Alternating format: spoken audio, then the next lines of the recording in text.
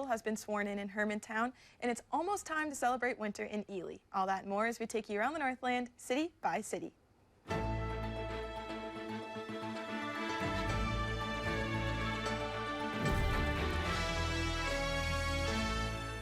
We start things off in Ashland tonight, where a new scholarship is being established at Northwood Technical College.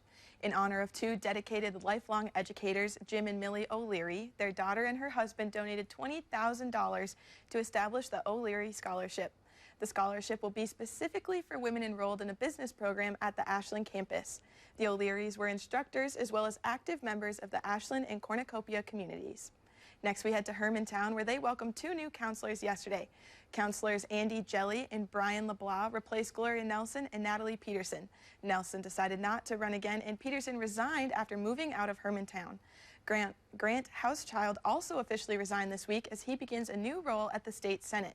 His term runs through 2024 and will be filled through an appointment by the current council.